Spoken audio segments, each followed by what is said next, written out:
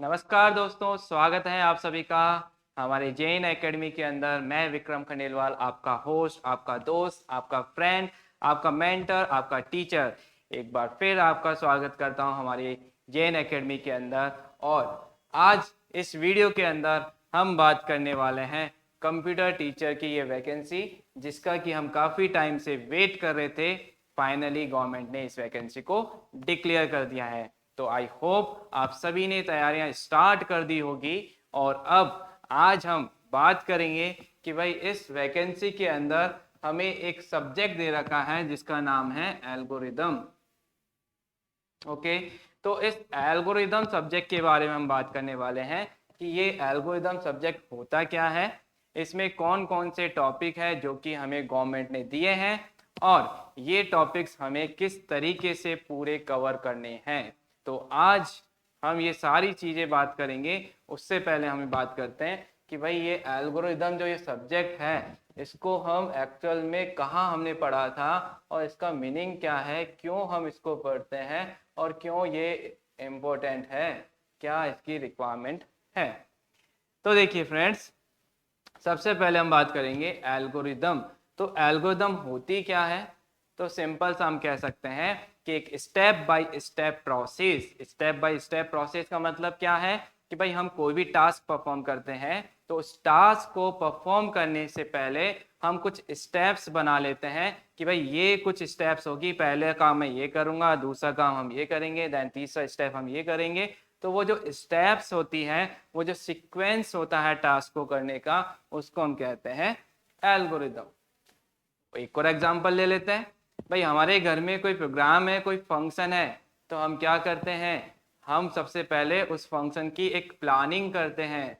उस प्लानिंग का मीनिंग क्या है? तो भाई वो प्लानिंग ही एल्गोरिदम है, वो प्लानिंग ही एक स्टेप है कि भाई हमारे घर में फेस्टिवल है तो हमें कल कौन कौन से काम करने हैं और कौन सा काम पहले करना है और कौन सा काम बाद में करना है।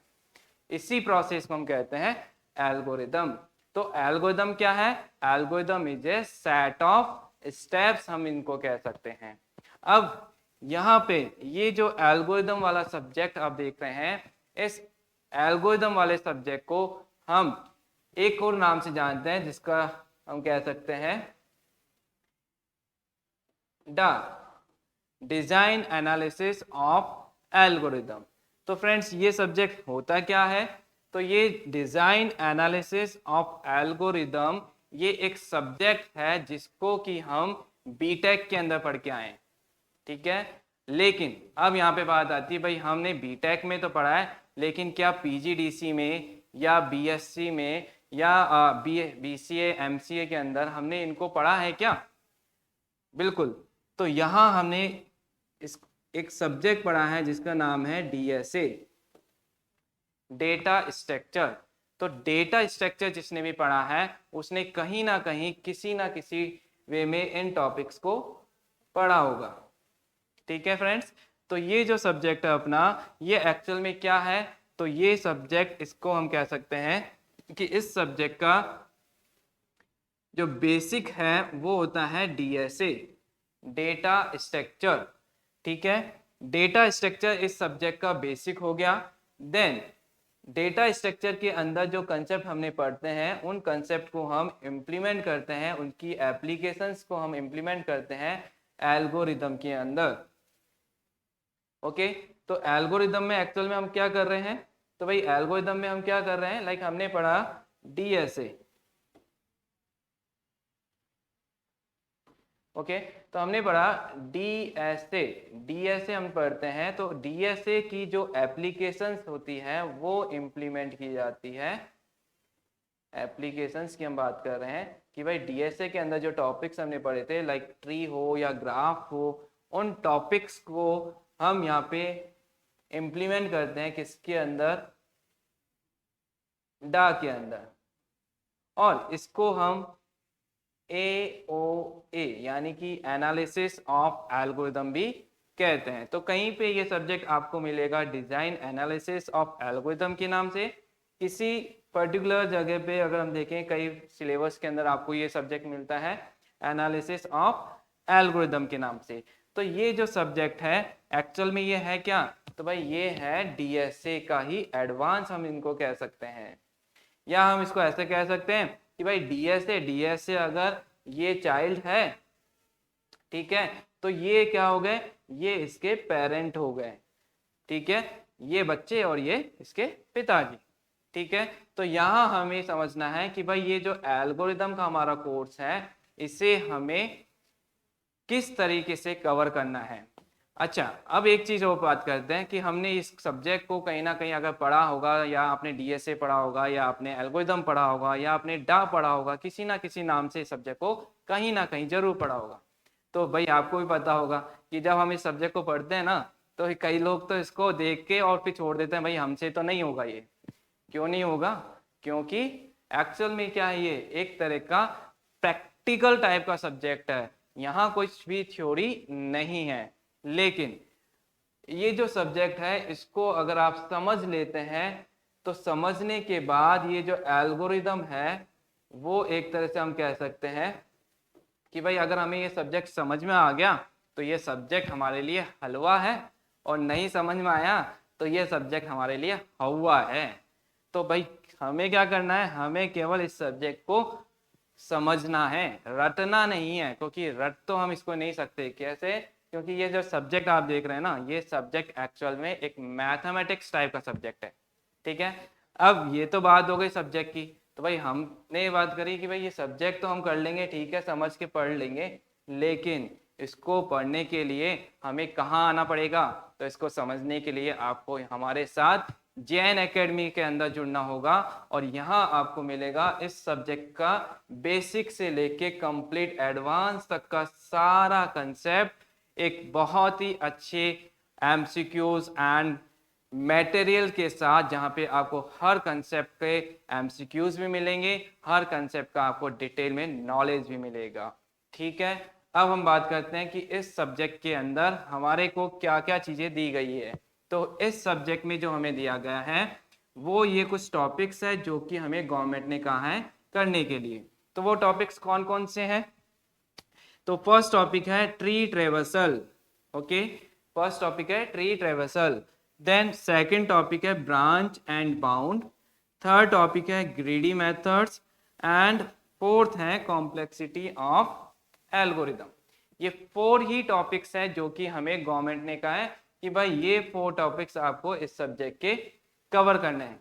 देखने में तो बहुत ही शॉर्ट लग रहा है कि भाई छोटा सा सिलेबस है, केवल ये 4 टॉपिक है, लेकिन क्या एक्चुअल में ये 4 टॉपिक्स है?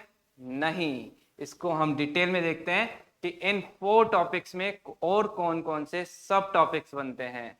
तो इसको हमने डिवाइड किया है कुछ सेक्शंस में, तो वो सेक्शंस हम चेक करते हैं कि भाई इन सेक्शंस में कौन कौन से टॉपिक्स आते हैं। तो देखते हैं इनमें। फर्स्ट, सबसे पहले सेक्शन नंबर 1। तो फ्रेंड्स ये आ गया हमारा सेक्शन नंबर 1। सेक्शन नंबर 1 के अंदर अगर हम देखें तो इन सेक्शन नंबर 1 इसमें हम बात कर रहे हैं किसकी, ट्री ट्रेवर्सल। तो एक्चुअल में ट्री ट्रेवर्सल होता क्या है, यहाँ हम क्या करेंगे कि भाई सबसे पहले तो हमें ये कंसेप्ट समझना पड़ेगा कि ये ट्री ट्रेवर्सल होता क्या है। सिंपल सा मीनिंग है, ट्री ट्रेवर्सल का मतलब हमारे पास एक ट्री है, इस तरह से हम एक ट्री बना सकते हैं, ठीक है। ट्री सिंपल सी बात है कि भाई ट्री हमने सबने देखा है, ट्री क्या होती है, जिसमें हमारे पास कुछ ब्रांचेज होती है।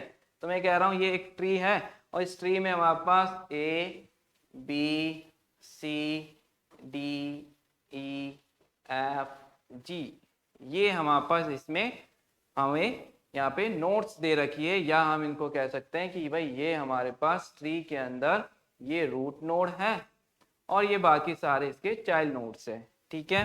तो हमें क्या करना है, हमें इस ट्री को ट्रेवल करना है, ट्रेवर्सल की बात हम बात कर रहे हैं, ठीक है।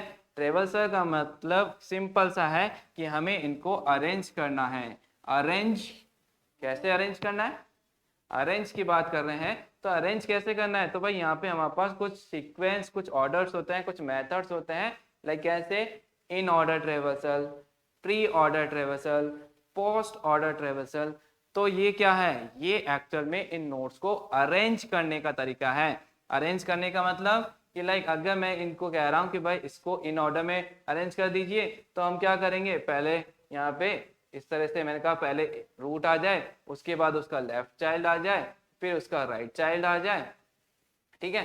तो ये एक सीक्वेंस है। अब इसके बारे में तो हम डिटेल में बाद में बात करेंगे कि भाई सीक्वेंस क्या होता है, इन ऑर्डर का मीनिंग क्या होता है, प्री ऑर्डर का मीनिंग क्या होता है, पोस्ट ऑर्डर का मीनिंग क्या होता है। तो डिटेल में तो हम इसको हमारे लेक्चर के अंदर हम इसको कवर करेंगे। अभी हमें इतना समझना है कि जो हमारे पास ट्री हमें गिवन होगा, उस ट्री की नोट्स को हमें अरेंज करना है। इंक्रीजिंग ऑर्डर हो गया, डिक्रीजिंग ऑर्डर हो गया। जैसे हम पढ़ते हैं ना कि भाई हमें एक नंबर्स का एक एरे दे रखा है, तो उसको इंक्रीजिंग ऑर्डर में अरेंज करना है, उसको हमें डिक्रीजिंग ऑर्डर में अरेंज करना है। तो यहाँ हम क्या करते हैं, तो यहाँ हम ट्री की नोट्स को इन ऑर्डर में, प्री ऑर्डर में एंड पोस्ट ऑर्डर में, इस तरह से हम कुछ ऑर्डर्स में अरेंज करते हैं। ओके, तो ये तो बात हो गई हमारी सेक्शन नंबर 1 की। अब हम चलते हैं सेक्शन नंबर 2 में। तो देखिए सेक्शन नंबर 2 के अंदर हमें क्या दे रखा है, यहाँ हमें टॉपिक दे रखा है ब्रांच एंड बाउंड। इसका मीनिंग क्या होता है, तो सिंपल से यहाँ पे लिखा हुआ है branch and bound is an algorithm design paradigm which is generally used for solving combinatorial optimisation problem.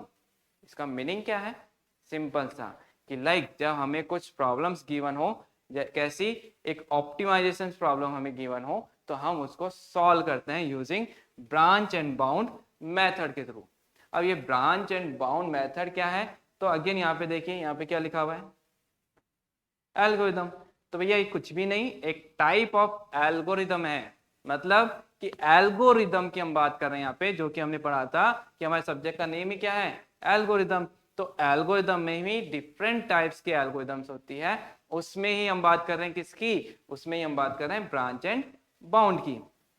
तो ये ब्रांच एंड बाउंड के अंदर हमारे पास कौन कौन सी प्रॉब्लम्स आती है, तो यहाँ हमारे पास फर्स्ट जो प्रॉब्लम आ रही है वो है travelling salesman problem. Travelling salesman problem. अब ये ट्रैवलिंग सेल्समैन प्रॉब्लम होती क्या है, तो सिंपल सा कंसेप्ट है कि लाइक कोई सेल्स पर्सन है, कोई भी सेल्स पर्सन हो सकता है किसी भी कंपनी का, और उसको क्या करना है, उसके पास कोई प्रोडक्ट है, उस प्रोडक्ट को सेल करना है डिफरेंट सिटीज के अंदर। तो जब इस तरह की कोई प्रॉब्लम हो कि कोई सेल्स पर्सन है, उसको अपने आइटम्स को सेल करना है, डिफरेंट सिटीज में जाना है और वापस लौट के अपने घर पे आना है, घर पे आएगा ना, कहीं और तो रुकेगा नहीं ना, तो अपने होम टाउन से स्टार्ट करना है और वापस लौट के कहाँ आना है, अपने घर पे आना है, ठीक है। और जब वो ट्रेवल कर रहा है तो भाई ट्रेवल फोकट में तो नहीं करेगा ना, उसके लिए कुछ ना कुछ तो उसे पे करना पड़ेगा। तो उसको हमें इस तरीके से डिजाइन करना है, उसकी प्रॉब्लम को इस तरीके से सॉल्व करना है कि उसका जो टोटल कॉस्ट आए ना वो मिनिमम आना चाहिए। तो इस प्रॉब्लम को हम कहते हैं travelling salesman problem. Then next इसमें हमें दे रखा है क्वींस प्रॉब्लम। अब ये क्वींस प्रॉब्लम क्या है, सिंपल था, चेस खेला है, बिल्कुल जरूर खेला होगा। तो चेस जो हम खेलते हैं, चेस के अंदर हमारे पास एक क्वीन होती है। उस क्वीन की जो प्रॉपर्टी होती है कि भाई अगर हम दो जने क्वीन चेस का गेम खेल रहे हैं, तो दोनों के पास एक क्वीन होती है जो कि एक दूसरे पे अटैक कर सकती है। तो वो अटैक कब करती है, जब वो सेम डायगोनल में होती है, या सेम रो में होती है, या सेम कॉलम में होती है। तो यहाँ हमें क्या करना है, यहाँ हमें उसी से मिलती जुलती कुछ प्रॉब्लम्स गिवन होगी जिसको हम कहते हैं क्वींस प्रॉब्लम। और हमें क्वींस को इस तरीके से अरेंज करना है कि वहां पे कोई भी दो क्वीन एक दूसरे पे अटैक नहीं करे, लड़ाई को ही करवानी उनकी, ठीक है। तो हमें इस तरह की जो प्रॉब्लम्स है वो हमें सॉल्व करनी होती है। इस प्रॉब्लम को हमें कहते हैं क्वींस प्रॉब्लम। तो ये क्वींस प्रॉब्लम को हम सॉल्व करेंगे using branch and bound. Okay, then next concept आता है इसमें job assignment problem. Job assignment problem क्या है, तो भाई ये जॉब असाइनमेंट प्रॉब्लम एक्चुअल में सिंपल सी एक प्रॉब्लम है कि जिसमें हमारे पास क्या होगा कि हमें n number of jobs given है और उन n नंबर ऑफ जॉब्स को हमें परफॉर्म करना है। लेकिन प्रॉब्लम क्या है कि हमें दे रखा है कि भाई m हमारे पास जॉब्स है, n हमारे पास मेंबर है जो कि उस टास्क को परफॉर्म करेंगे। तो हमें इन m जॉब्स को n पर्सन्स को इस तरह से अलॉट करना है कि हमारा जो टोटल एफर्ट्स है या टोटल टाइम है या जो टोटल कॉस्ट हम जिसको कह सकते हैं वो क्या हो, मिनिमम हो। तो इस तरह की प्रॉब्लम्स को हम सॉल्व करते हैं यूजिंग जॉब असाइनमेंट प्रॉब्लम। तो ये कंसेप्ट हमारा हो गया किसका, ब्रांच एंड बाउंड का। तो फ्रेंड्स ये हमारे पास ब्रांच एंड बाउंड के अंदर 3 टॉपिक हमें दे रखे हैं। तो सेक्शन 1 हमने कंप्लीट करा, सेक्शन 2 की हमने बात कर ली है। तो सेक्शन 1 एंड सेक्शन 2 ये दोनों आपके, इसमें फर्स्ट में हमने बात करी ट्री ट्रेवर्सल एंड सेकंड हो गया ब्रांच एंड बाउंड। अब चलते हैं सेक्शन 3 की तरफ। तो देखिए सेक्शन 3 में क्या है, सेक्शन 3 में हमें क्या करना है। तो फ्रेंड्स सेक्शन 3 के अंदर जो हमें टॉपिक्स दे रखे हैं वो है greedy methods. Greedy methods, greedy का मतलब क्या होता है, लालची। यस बिल्कुल, आप बिल्कुल सही सोच रहे हैं भाई। ग्रीडी मतलब लालची, लालची कुत्ता वही है और कोई अलग नहीं। तो ग्रीडी मतलब लालची, लालची का मतलब यहाँ पे हमें क्या चाहिए, तो यहाँ हमें मैक्सिमम प्रॉफिट चाहिए। मैक्सिमम से मैक्सिमम हम कह सकते हैं कि यहाँ पे हमें ज्यादा से ज्यादा बेनिफिट चाहिए। तो जब हमारे पास कुछ प्रॉब्लम्स हमें गिवन हो और उन प्रॉब्लम्स के अंदर हमें क्या चाहिए, मैक्सिमम वहाँ पे प्रॉफिट चाहिए, या हम उसको कह सकते हैं कि हमें उसके मिनिमम से मिनिमम टाइम में सॉल्व करना है, या सबको अगर समराइज करें तो हम ये कह सकते हैं कि हमें ऑप्टिमल सॉल्यूशन चाहिए। ठीक है, ऑप्टिमल सॉल्यूशन का मतलब बेस्ट सॉल्यूशन चाहिए। तो वहां हम एक अप्रोच को फॉलो करते हैं जिसको हम कहते हैं ग्रेडी अप्रोच। ठीक है, और अगेन ये भी क्या है, तो ये भी एक टाइप ऑफ एल्गोरिदम ही है। तो एल्गोरिदम के अंदर ये एक कंसेप्ट होता है, एक टाइप ऑफ एल्गोरिदम होती है जिसको हम कहते हैं ग्रीडी मेथड। और ग्रीडी मेथड क्या करता है, तो ये हमेशा हमें ऑप्टिमल सॉल्यूशन प्रोवाइड करता है। तो ऑप्टिमल सॉल्यूशन का मतलब बेस्ट सॉल्यूशन हम इसको कह सकते हैं।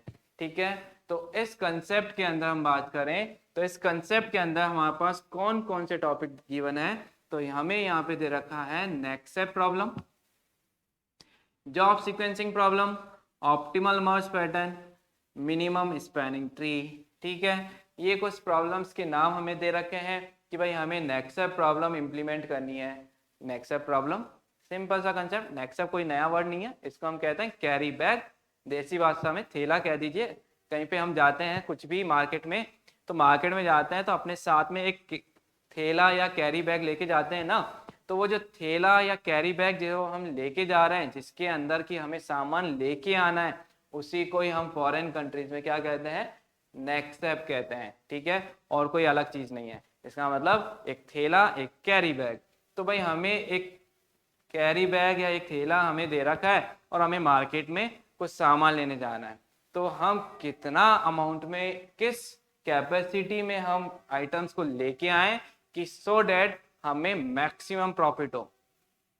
मींस क्या है, इसका मतलब सिंपल सा, अगर एक चोर है रॉबरी करने जा रहा है किसी बैंक के अंदर और उसके पास एक कैरी बैग है, तो भाई उसके पास लिमिट है कि उस कैरी बैग के अंदर मैक्सिमम से मैक्सिमम वो 10 kg ले जा सकता है। तो भाई वो क्या लेके जाए, वो गोल्ड लेके जाए, वो सिल्वर लेके जाए, या फिर वो डॉलर लेके जाए, उसके पास ऑप्शंस है। तो वहां उसको प्रॉब्लम को सॉल्व करना है कि वो आइटम सेलेक्ट करना है जिससे कि उसको मैक्सिमम प्रॉफिट हो। तो इस तरह की जो प्रॉब्लम्स होती है उनको हम सॉल्व करते हैं यूजिंग नेक्स्ट स्टेप प्रॉब्लम।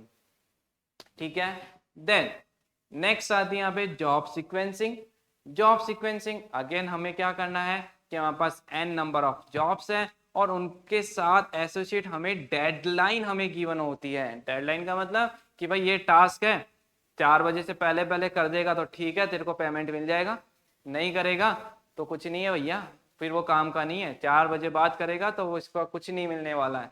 तो जहां हमारे पास इस तरह के कंस्ट्रेंट आ जाते हैं कि हमें कोई टास्क करने के लिए कहा और वो टास्क करने के लिए हमें कोई डेडलाइन दे रखा है और विद इन डेडलाइन अगर हम वो काम करते हैं तो हमें प्रॉफिट होगा, अदरवाइज नहीं होगा।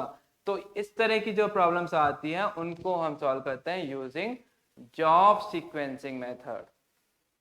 ओके, तो ये हमारा सेकंड प्रॉब्लम हो गया। देन थर्ड क्या दे रखा है, optimal merge pattern. Optimal merge pattern क्या होता है इसके बारे में भी हम डिस्कस करेंगे।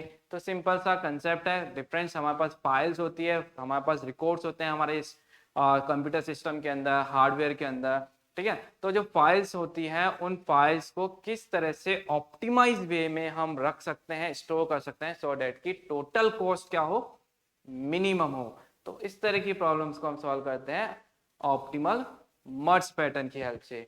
Then minimum spanning tree. Minimum spanning tree ये क्या है, तो ये अगेन एक कंसेप्ट है जहां पे हम क्या करते हैं कि हमें इसके अंदर कुछ ग्राफ गिवन होते हैं और उस ग्राफ को हम एक सब ग्राफ में कन्वर्ट करते हैं, जो कि कैसा ग्राफ होता है, जो कि उस ग्राफ को कंप्लीट कवर करता है विद इन मिनिमम कॉस्ट। या इसको हम कह सकते हैं कि भाई कई बार हमें ऐसी प्रॉब्लम्स गिवन होती है कि भाई ये सिटी है जयपुर और ये हमें जयपुर से अदर सिटीज पे जाना है, तो भाई इन सिटीज को ट्रेवल करने की मिनिमम कॉस्ट क्या होगी या इन सिटीज की मिनिमम डिस्टेंस क्या होगी, है ना। तो इस तरह की जो प्रॉब्लम्स आती है ना कि भाई जयपुर से मुंबई जाना है, दिल्ली जाना है, कोलकाता जाना है, ठीक है, चंडीगढ़ जाना है, तो हमें डिफरेंट हमें यहाँ पे नोट्स गिवन है या सिटीज हम कह सकते हैं, और इन सिटीज के साथ में हमें यहाँ पे इनका डिस्टेंस भी हमें गिवन है, ठीक है। तो इन डिस्टेंस को हमें क्या करना है, हमें पता करना है भाई कैसे हम इन सारी सिटीज को कवर करें सो डेट की टोटल कॉस्ट क्या हो, मिनिमम हो। तो यहाँ हम बात करेंगे मिनिमम स्पैनिंग ट्री की, जिसमें हमारे पास आती है Prim's algorithm and Kruskal algorithm.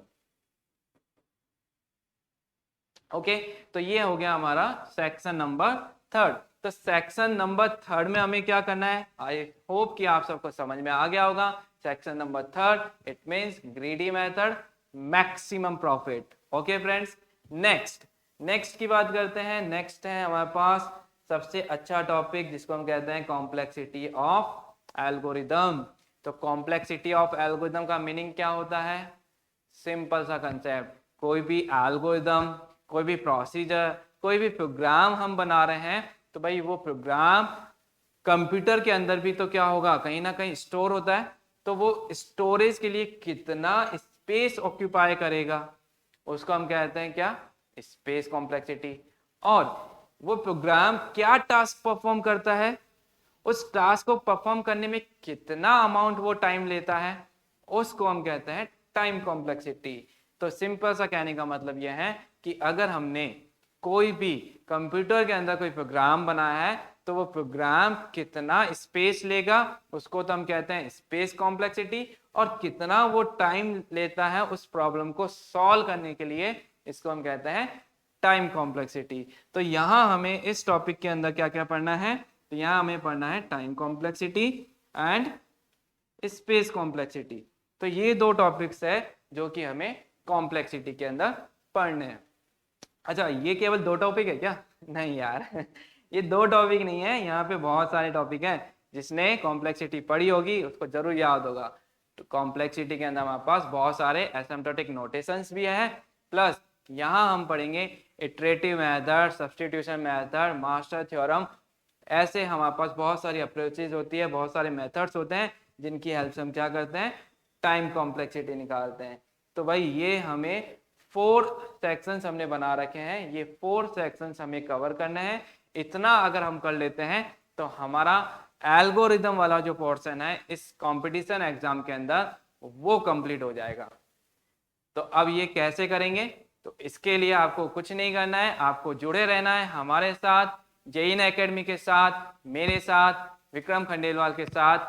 और जैसे ही आप हमारे साथ कनेक्ट होंगे आपको ये सारा मटेरियल, आपको ये सारे कंसेप्ट इतने अच्छे, इतने इजी, इतने सरल तरीके से बताए जाएंगे कि जो सब्जेक्ट जिसको कि बीटेक वाले बच्चे कहते थे हवा है, इसको हम हलवा बनाएंगे और खा जाएंगे। ठीक है friends, so thank you, that's all from my side. Next video में अगेन हम मिलेंगे हमारे फर्स्ट टॉपिक के साथ में, जो कि होगा हमारे फर्स्ट सेक्शन के ऊपर। So thank you friends, that's all from my side. I hope you all enjoy. Thank you.